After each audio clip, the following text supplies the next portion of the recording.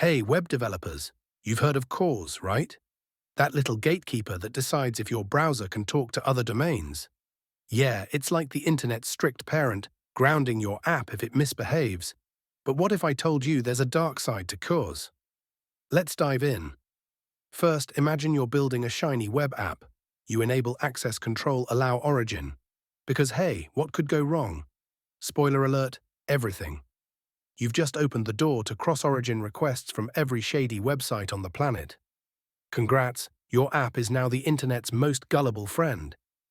And then there's credentialed requests. You think, I'll just allow cookies and tokens for this specific domain. Totally secure, right? Nope. A malicious site can trick your users into making authenticated requests on your behalf. Say hello to CSRF, cross-site request fiasco. Oh, and let's talk about pre-flight requests. They're like that one coworker who schedules unnecessary meetings, just checking if this request is okay. But if you don't configure them properly, attackers can exploit your relaxed headers.